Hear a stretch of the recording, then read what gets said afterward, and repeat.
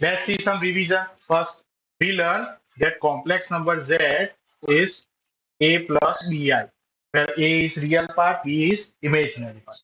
So દર વખતે અહીંથી start કરો. શું કરીએ એને? Then we learn its polar form, which is r cos theta plus I sin theta, where r is modulus and theta is argument. It is also known as amplitude. Then r e raised to I theta is called exponential form. And from this, we learn that e raised to I theta is actually cos theta plus I sin theta.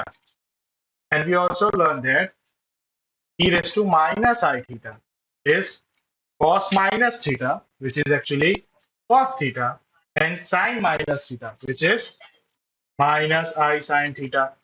And from this, we obtain De Moivre's theorem, which says that cos theta plus I sin theta whole raised to n is actually cos n theta plus I sin n theta. આનો base આપણે એક last time example કર્યો હતો. Now let's see some other examples. We have to find 4 cos 75 degree plus I sin 75 degree. Okay, upon 0.4 into cos 30 degree plus I sin 30 degree. So your complex numbers numerator can be simplified as this cos 75 plus I sin 75 can be rewrite as e raised to I 75 degree, and in denominator 0.4 into this cos 30 degree plus I sin 30 degree can be rewrite as e raised to I 30 degree. Now this 4 upon 0.4 will become 10, and here we have e raised to I common 75 minus 30 degree, or we can say we have 10 times e raised to I 45 degree. So here we'll get 10 times cos 45 plus I sin 45, or we can say cos 45 is 1 by root 2 and sin 45 is also 1 by root 2. So here we get 10 by root 2 times 1 plus I as your final answer, which is given in D. Ta-da! Now let's go for next one. In this question, we have to find out principal amplitude of complex number sin 40 degree plus cos 40 degree whole raised to 5. We have to use De Moivre's theorem, but the problem is here we have sin, we need cos, and this is your cos, but we need sin. So let's use the formula of trigonometry. Sin 40 degree can be rewrite as cos 90 minus 40. Similarly, your cos 40 degree can be rewrite as sin 90 minus 40 whole raised to 5. So here your first term will become cos 50, and your second term will become sin 50 whole raised to 5. Now we get the standard form for De Moivre's theorem. Now according to De Moivre's theorem, we have to multiply power with the angle. So your first term will become cos 50 twice 250, and similarly your second term will also become sin 250. Okay, here we get 250 degree. Okay, this is your 250.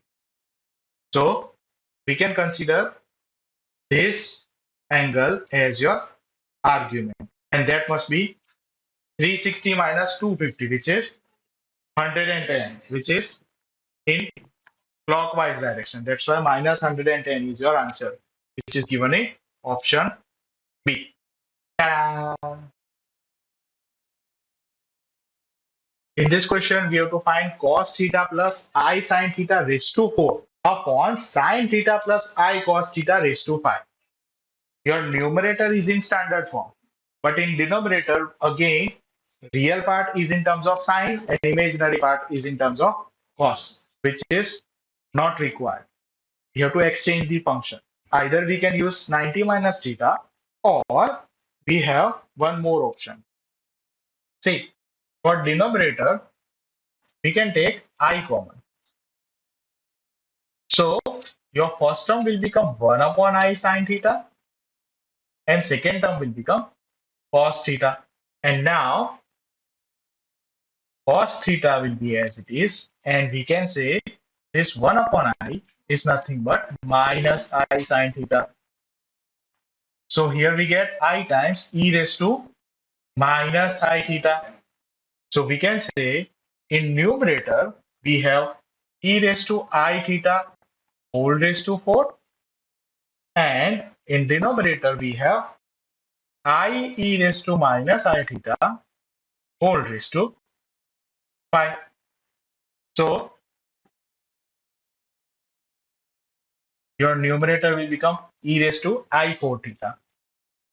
This I raised to 5 is nothing but I, and e raised to minus 5 theta I. So in further simplification, we can say 1 upon I is nothing but minus I, and we have e raised to I times 4 theta minus 5 theta. So that will become plus 5 theta. So here we get minus I times e raised to I 9 theta, or we can say it is cos 9 theta plus I times sine 9 theta. Now to get the final answer, we just have to multiply minus I. So we'll get minus I cos 9 theta and minus I square sine 9 theta. So here minus I square sine 9 theta will become sine 9 theta, and minus I cos 9 theta will be as it is. Here's your final answer, which is given in option B. Ta-da! In this question, we need to get standard form a plus ib, and your complex number is cos 2 theta plus I sine 2 theta whole raised to minus 5, cos 3 theta minus I sine 3 theta whole raised to 6, and sine theta minus I cos theta whole cube. First two terms are in standard form for Euler's theorem, but the third term, which is sine theta minus I cos theta, is not in the standard form. We cannot apply Euler's theorem because real term is in terms of sine and imaginary part is in terms of cos. Okay, which is not your standard form. આપણે real part માં શું જોઈએ? Cos, and imaginary માં sine. So we have to change this. We have two ways. First one, either we can use cos 90 minus theta is equal to sine theta, and sine 90 minus theta is equal to cos theta. Another way is we can take coefficient of cos common, which is minus I. ठीक है sir, sign जोड़े तो छेद नहीं, सही मानते हैं. Your first term will become minus 1 upon I sine theta, and your second term will become cos theta. So here your cos theta will be as it is, minus 1 upon I become plus I into sine theta. So here we get minus I e raised to I theta. Now let's try to get your complex number. Your first bracket can be rewritten as e raised to I 2 theta. Similarly, your second bracket will become e raised to minus I 3 theta whole raised to 6. And your last bracket is find as minus I e raised to I theta. And we have whole cube. So let's give them individually. Now, your minus I cube is actually minus 1 cube I cube. Rest of the terms are e raised to minus 10 theta I, e raised to minus 18 theta I, e raised to 3 theta I. So here minus 1 cube will be minus 1 and I cube is minus I. And we have e raised to I common, then minus 10 theta minus 18 theta plus 3 theta. So here we get I times e raised to I minus 25 theta, or we can say it is cos 25 theta minus I sin 25 theta, which is given in option C. Ta-da! In this question, we have z is equal to 1 plus I root 3 whole raised to 100. And we have to find ratio of real part and imaginary. Basically, to simplify our z, we have to apply de Moivre's theorem. For that, we have to simplify in exponential form. Okay? So let's say your inner complex number is z1 and it is equal to 1 plus I root 3, having real part as 1 and imaginary part as root 3. Now we need two things. First one, modulus of complex number, which is under root of real part square plus imaginary part square. So that will be 2. And your real as well as imaginary part are positive. So we can say your complex number is in first quadrant. So for first quadrant, your argument is simply tan inverse of b by a, or we can say tan inverse of imaginary part, which is root 3 upon real part, which is 1. And tan inverse root 3 is pi by 3.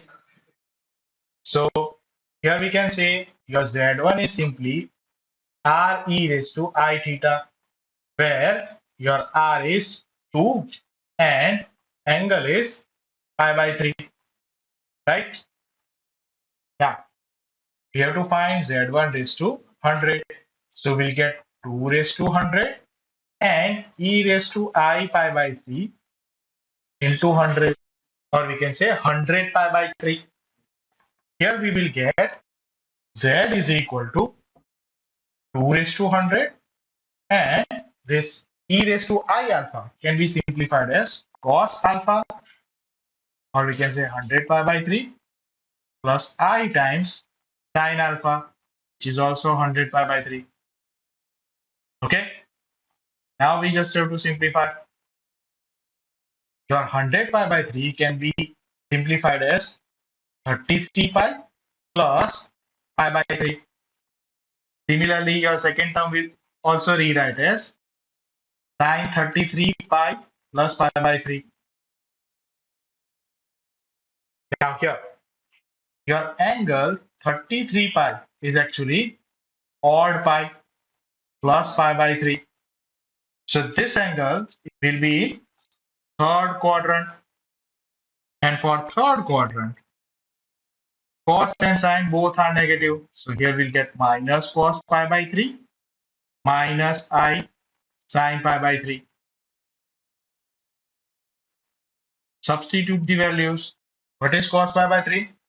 We'll get 1 by 2, and sin pi by 3 is root 3 by 2. The real part of the z is minus 2 raised to 100 into 1 by 2, and imaginary part of the complex number is minus 2 raised to 100 into root 3 by 2. But we have to find ratio of them. So minus minus become plus, 2 raised to 100 as well as 2 will cancel out, and your final answer will be 1 by root 3, which is given in option C. Ta-da! Minus 1 plus I root 3 whole raised to 20. And we'll try to solve this example using exponential form.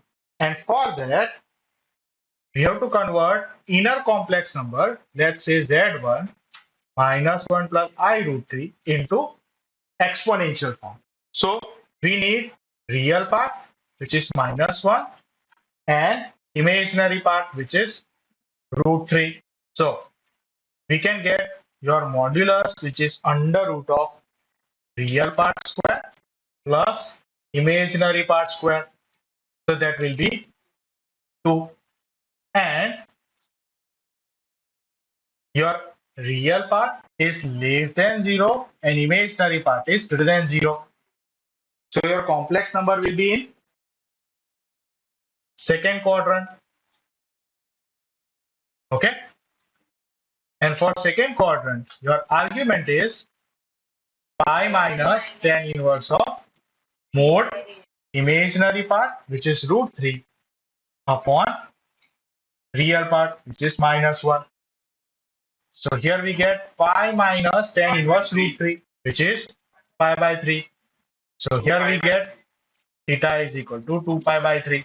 So we can say your complex number Z1 is R e raised to I theta, where your R is 2 and theta is 2 pi by 3.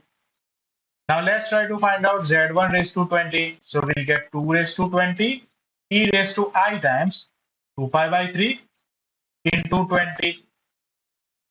Or we can say 2 raised to 20 e raised to I times 40 pi by 3. 2 raised to 20 will be as it is. We can simplify as cos 40 pi by 3 plus I times sine 40 pi by 3. So your cos 40 pi by 3 can be rewritten as 13 pi plus pi by 3 plus I times sine 13 pi plus pi by 3. Your 13 pi plus pi by 3 is in which quadrant? So odd pi plus pi by 3 means third quadrant. Yes. So 13 pi plus pi by 3 is in third quadrant. So in third quadrant, cos and sine both are negative. So we'll get minus cos pi by 3 minus I sine pi by 3. And cos pi by 3 is simply cos 60 ke to that 1 by 2, and sine pi by 3 is all √3 by 2. So here we get 2 raised to 19 minus 1 minus I √3 as your answer, which is not given in any option. So we can say option D is your answer. Ta-da! In this question, we have 1 plus sine theta plus I cos theta upon 1 plus sine theta minus I cos theta whole raised to n. Here we can apply the property of de Moivre's theorem, but the problem is here we need cos and here we need sine. So we can convert your sine as cos pi by 2 minus theta, and similarly cos can be rewrite as sine pi by 2 minus theta. Okay, so in denominator we'll get 1 plus cos pi by 2 minus theta minus I sine pi by 2 minus theta whole raised to n will be as it is. Now we get proper form. In place of angle, we have pi by 2 minus theta, right? So we can get cos n times your angle, which is pi by 2 minus theta. Okay? Just multiply your n.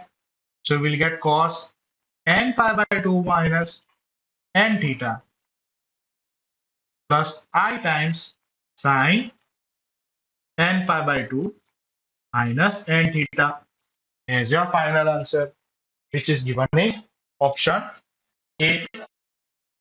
Ta-da! We have to find 1 plus cos pi by 8 plus I times sine pi by 8 upon 1 plus cos pi by 8 minus I sine pi by 8 4 raised to 8. This is the standard form of property where your theta is pi by 8.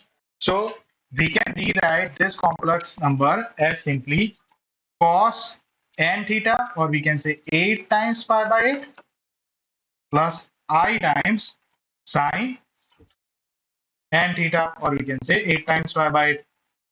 So your 8 will be cancelled out, and we just substitute value of cos pi and sin pi. Cos pi is cos pi bole to -1 and sin pi is 0. So option A is your final answer. Ta-da!